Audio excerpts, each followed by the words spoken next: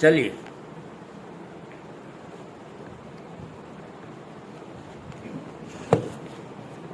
بسم الله الرحمن الرحيم. كتاب العلم.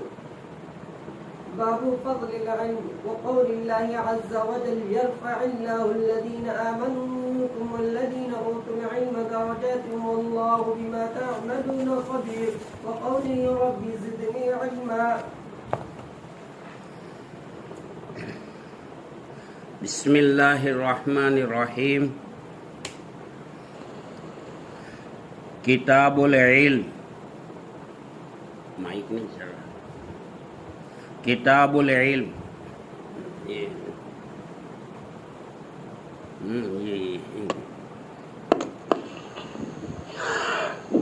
باب فضل العلم، علم کی فضیلت کا بیان. حضرت امام بخاری رحمۃ اللہ علیہ بخاری شریف میں کتاب الایمان سے فارغ ہوئے. کتاب الایمان سے فارغ ہونے کے بعد حضرت نے کتاب العلم کو قائم کیا ہے. اب یہاں پر ایک سوال ہے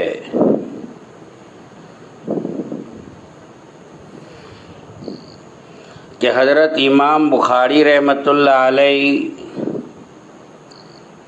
نے کتاب العلم سے کتاب کا آغاز کیوں نہیں کیا اور کتاب الایمان سے بخاری شریف کا آغاز کیا ہے؟ کیوں؟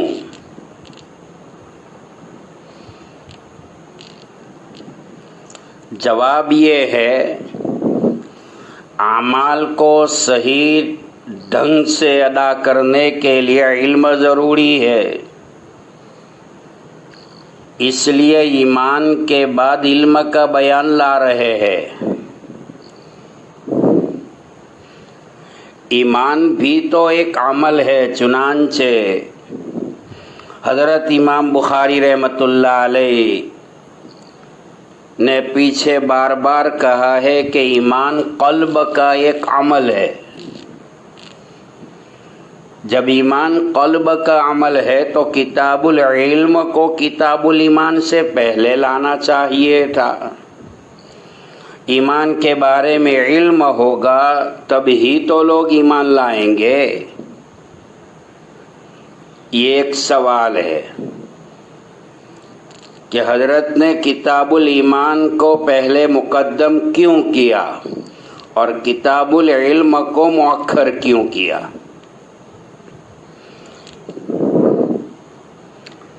علم کی دو قسمیں ہیں. شارح بخاری رحمۃ اللہ علیہ فرماتے ہیں ایک علم وہبی ہے.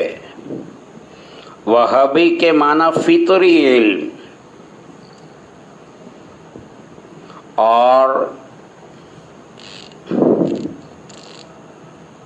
اور ایک ہے علم کسبی. دونوں میں فرق یہ ہے، علم وہبی وہ علم ہے جو انسان کی فطرت میں داخل ہے اور دیت میں رکھا گیا ہے اللہ تعالی کی طرف سے.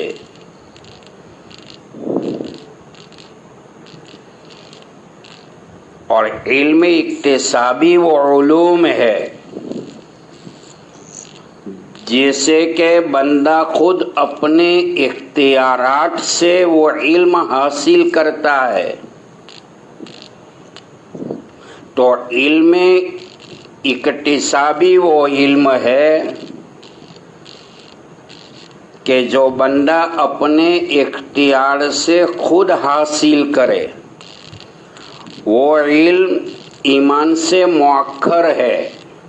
کون سا؟ علم اکتسابی، علوم اکتسابی جو بندہ خود اپنے اختیار سے حاصل کرتا ہے. وہ علم ایمان سے مؤخر ہے.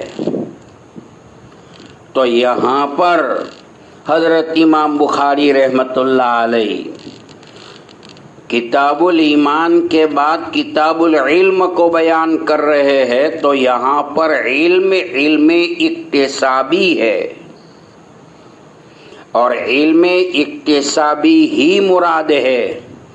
اسی لیے حضرت امام بخاری رحمۃ اللہ علیہ نے کتاب الایمان کے بعد کتاب العلم کو بیان کیا ہے۔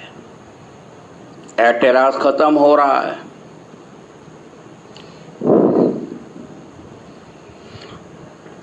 دوسری بات یہ ہے، ہمارے علماء کے اقوال سے یہ معلوم ہوتا ہے کہ علم دو طرح کا علم ہے، ایک علوم دنیاوی اور دوسرا ہے علوم اخروی۔ علوم دنیاوی ہو یا علوم اخروی ہو، انسان کو عزت اور فضیلت ہی عطا کرتا ہے۔ بنیاد جو ہے وہ علم ہے۔ عمل بنیاد ہوتا، انی جاعل فی الارض خلیفہ، نائب بنانے میں، تو اللہ تعالیٰ کی عبادت کرنے والے وہ فرشتے موجود تھے جن کے ایک ایک رکوع کا مقابلہ انسان نہیں کر سکتا تھا۔ بنیاد جو ہے وہ علم پر ہے، عمل پر بنیاد نہیں ہے۔ اسی لیے تو شارح بخاری فرماتے ہیں رحمت اللہ علیہ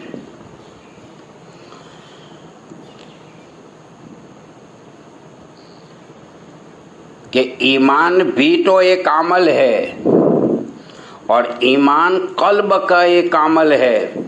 جب ایمان قلب کا عمل ہے تو کتاب العلم کو کتاب الایمان سے پہلے لانا چاہیے تھا، حالانکہ امام صاحب نے پہلے کتاب الایمان کو بیان کیا، بعد میں کتاب العلم کو بیان کیا ہے۔ شارح فرماتے ہیں حضرت امام بخاری رحمۃ اللہ علیہ نے کتاب العلم کو لا کر اس بات کی طرف اشارہ کیا ہے کہ یہاں سے علم اکتسابی مراد ہے۔ اسی لیے کتاب الایمان کے بعد کتاب العلم کو بیان کیا ہے، اور خلافت نیابت کی بنیاد جو رکھی ہے اللہ نے علم پہ رکھی ہے۔ عمل بنیاد ہوتا نائب بنانے میں، تو اللہ تعالیٰ کی عبادت کرنے والے وہ فرشتے موجود تھے جن کے ایک ایک رکوع کا مقابلہ انسان نہیں کر سکتا تھا۔ صفت علم کی بنیاد پر انسان کو اللہ تعالیٰ نے خلافت اور نیابت عطا فرمائی ہے، جیسا کہ حضرت عبداللہ ابن عباس رضی اللہ تعالیٰ عنہما عم محترم رئیس المفسرین فرماتے ہیں کہ پاک پروردگار عالم نے حضرت سلیمان علیہ السلام کو اختیار دیا تھا کہ 3 اشیاء ہیں، آپ جن کو چاہیے ان کو پسند کر لے۔ اللہ تعالیٰ نے حضرت سلیمان علیہ السلام کو اختیار دیا تھا 3 چیزوں کے بارے میں۔ نمبر 1 علم، نمبر 2 مال، اور نمبر 3 سلطنت۔ یاد رہے گا، 3 علم، مال اور سلطنت۔ حضرت سلیمان علیہ السلام نے علم کو پسند فرمایا ہے، لیکن اللہ تعالیٰ نے حضرت سلیمان علیہ السلام کو علم کی پسندگی کی بنیاد پر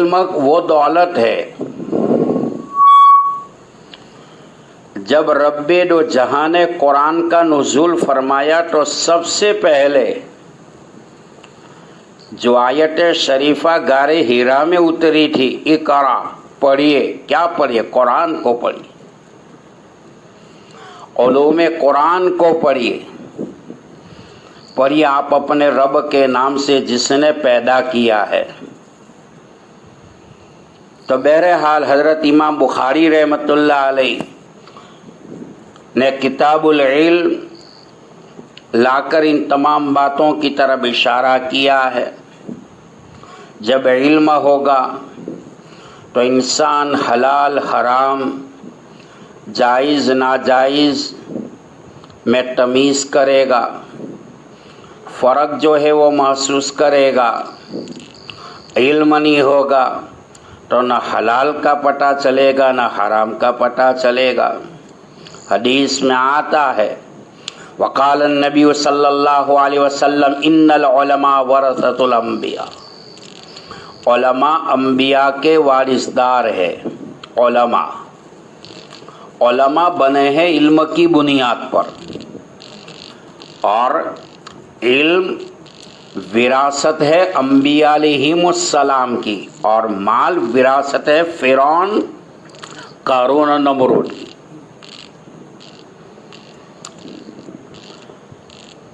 ان کے بعد حضرت امام بخاری رحمۃ اللہ علیہ نے کتاب العلم کے اندر دو آیت شریفہ پیش کی ہے۔ پہلی آیت جو ہے وہ سورہ مجادلہ کی ہے۔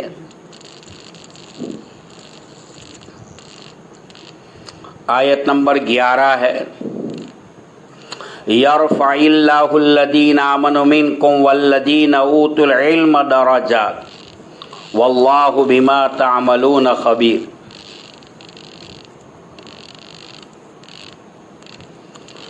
العلماء ورثۃ الانبیاء کے اوپر ایک بات یاد آئی۔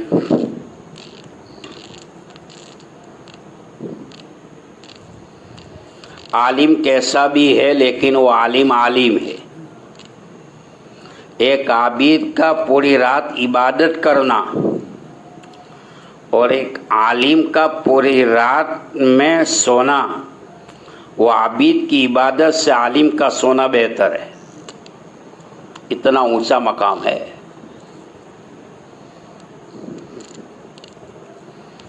مثلا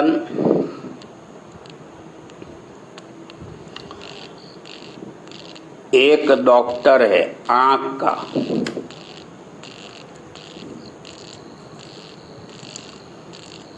اور ایک باپ کا بیٹا جو ہے وہ نابینا ہے۔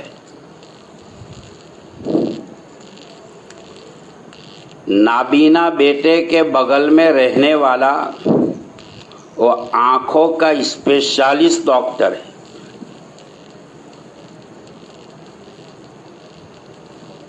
اور باپ کا بیٹا نابینا ہے، آنکھوں سے دیکھ نہیں سکتا۔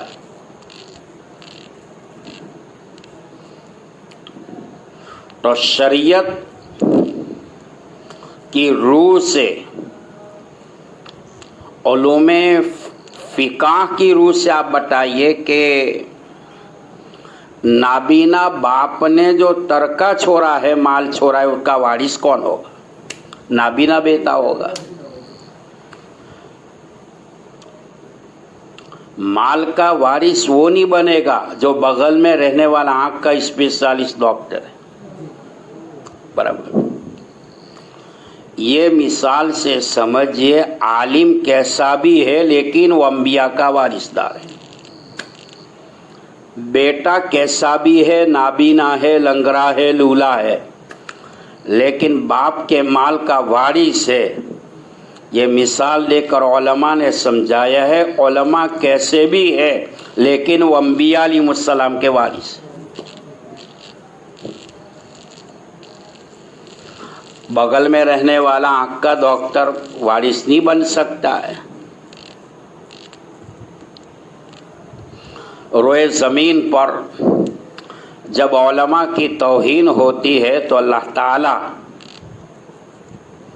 کے سامنے آسمان جیسی مخلوق روتی ہے، ایک عالم کی توہین پر، اور دنیا میں جب کوئی انسان کسی عالم دین کی توہین کرتا ہے تو 3 طرح کی مصیبتوں میں دنیا میں مبتلا ہو جاتا ہے۔ نمبر 1، ان کی نسل علوم دین سے محروم ہو جاتی ہے۔ نمبر 2، عالم کی توہین کی بنیاد پر اللہ اس توہین کرنے والے کو بر جوانی میں موت کا گھونٹ پلا دیتا ہے، دنیا سے اٹھا لیتا ہے۔ نمبر 3، دنیا سے رخصت ہوگا، خطرہ ہے کہ بستر موت پر کہیں اللہ ایمان کو سلب نہ کر لے۔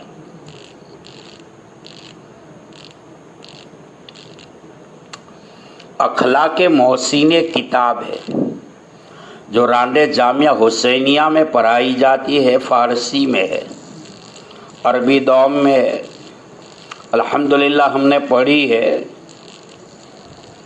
اس کے اندر صاحب اخلاق محسنی نے ایک واقعہ لکھا ہے۔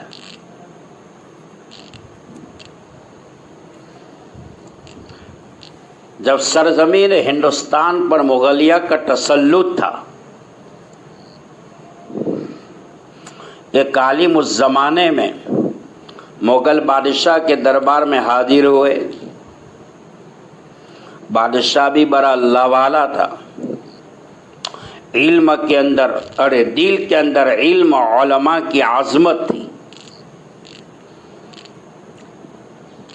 دربار میں، بادشاہ کے دربار میں آنے والے عالم کو اس نے ویلکم کیا، اہلاً سہلاً مرحبا کیا، وقار کے ساتھ، عزت کے ساتھ اس عالم دین کو اپنے پاس بٹھایا۔ جو بات ہونی تھی، جو کام ہونا تھا ہو چکا، بات مکمل ہو چکی۔ عالم دین اس بادشاہ وقت کے دربار سے رخصت ہو رہے تھے۔ اس زمانے کا وہ بادشاہ عالم دین کو رخصت کرنے کے لیے 7 قدم چلا ہے۔ بادشاہ رات میں آرام کر رہا تھا، نیند میں مبتلا تھا، حالت خواب میں جناب رسول اللہ صلی اللہ علیہ وسلم کے دربار میں حاضری ہوتی ہے۔ اللہ کے حبیب صلی اللہ علیہ وسلم نے اشارہ کیا، یہ بادشاہ تیرے دربار میں میری امت کا ایک عالم آیا تھا، تو نے اس کو عزت دی، ان کو بٹھایا، مہمان نوازی کی، ان کے ادب و احترام کو تو نے پہچانا ہے، ان کو ملحوظ رکھا ہے، اور ان کو رخصت کرنے کے لیے تو 7 قدم چلا ہے۔ دعا کرتا ہوں کہ اللہ تیری وفات کے بعد 7 نسل تک تیری بادشاہت کو باقی رکھے گا۔ یہ ہے علماء کا مقام۔ قرآن پاک کے 22ویں پارے میں اللہ تعالیٰ نے علماء کی شان کو بیان کیا ہے، انما یخشی اللہ من عبادہ العلماء۔ اللہ سے وہی بندے ڈرتے ہیں جو اللہ کی عظمت کا علم رکھتے ہیں۔ انما یخشی اللہ من عبادہ العلماء، اللہ سے وہی بندے ڈرتے ہیں جو خدا کی عظمت کا علم رکھتے ہیں۔ انما یخشی اللہ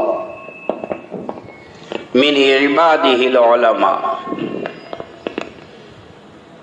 وہی کو بند کر دو۔ اللہ سے وہی بندے ڈرتے ہیں جو خدا کی عظمت کا علم رکھتے ہیں۔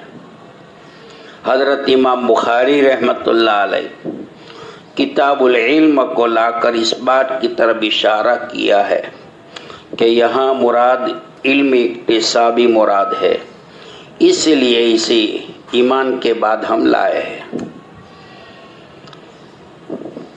وقول اللہ تعالی يرفع الله الذين آمنوا منكم والذين اوتوا العلم درجات واللہ بما تعملون خبیر. اللہ تعالیٰ بلند کرتے ہیں. یرفع اللہ الذین آمنوا منکم، حق تعالیٰ شانہ بلند کرتے ہیں تم میں سے ان لوگوں کے درجات کو جو ایمان لائے ہیں. واللہ بما تعملون خبیر، اللہ جاننے والے ہیں اور علم رکھتے ہیں.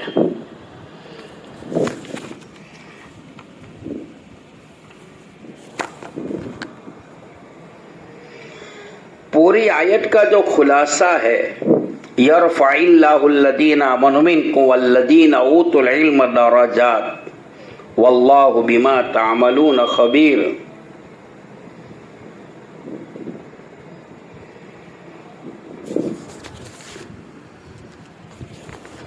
یا ایھا الذین آمنوا اذا قیل لکم تفصحوا یفصح اللہ لکم فی المجالس، کہ ایمان والو جب تم میں سے کہا جائے تفصحوا فی المجالس، بیٹھنے کی جگہوں میں گنجائش پیدا کرو، فافصحوا یفصح اللہ لکم، اللہ تمہارے لیے گنجائش پیدا کر دیں گے. عربوں کے بیٹھنے کا طریقہ اور ہمارے بیٹھنے کا طریقہ اور ہے. عرب جو ہے وہ ہلکا لگا کر بیٹھتے ہیں، اور جب کوئی آنے والا آتا ہے تو بیٹھے ہوئے لوگ جو ہے بیچ میں آنے والے کے لیے جگہ بنا لیتے ہیں. اور ہمارا یہ حال ہے، ہم جب بیٹھے ہوتے ہیں اور آنے والے جب آتے ہیں تو بیٹھے ہوئے آگے آ جاتے ہیں اور آنے والے پیچھے بیٹھ جاتے ہیں. یہ طریقہ غلط ہے. آنے والا کوئی آ رہا ہے اور آنے والے کے لیے کوئی بیٹھنے والا جگہ بنا دیتا ہے تو اللہ اس کے لیے برکات کا دروازہ کھول دیتا ہے. یہ آیت میں اشارہ اس بات کی طرف ہے. تو اس آیت سے کمال ایمان کی بھی فضیلت ثابت ہوتی ہے اور کمال علم کی فضیلت بھی ثابت ہوتی ہے.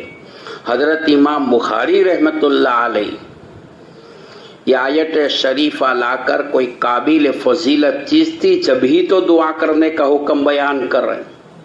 لہذا اس آیت شریفہ میں علم کی فضیلت معلوم ہو رہی ہے، اسی لیے حضرت نے کتاب الایمان کے بعد کتاب العلم کو بیان کیا.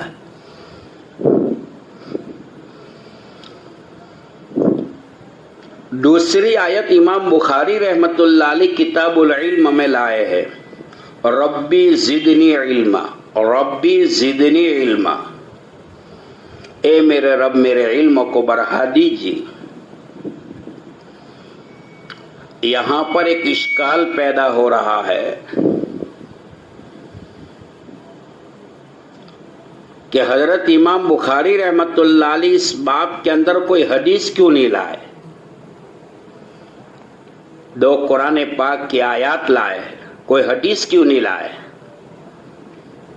جواب شراح نے دیا ہے، کیا دو آیات شریفہ کا لانا کافی نہیں ہے؟ قرآن پہلے ہے، حدیث بعد میں ہے. کلام اللہ کتاب اللہ پہلے ہے، کلام رسول اللہ بعد میں ہے. تو کتاب العلم کے اندر حضرت امام بخاری رحمۃ اللہ علیہ جو دو آیات شریفہ لائے ہیں، یہ کیا یہ کافی نہیں ہے؟ کیا آپ اعتراض کر بیٹھے کہ حدیث کیوں نہیں لائے؟ جب کتاب العلم کو شروع کیا ہے حضرت نے اور دو آیات قرآنی کو پیش کیا ہے، تو اس باب میں حدیث لانے کی کوئی ضرورت باقی نہیں رہتی ہے. 2 آیت کافی ہے، اینف ہے.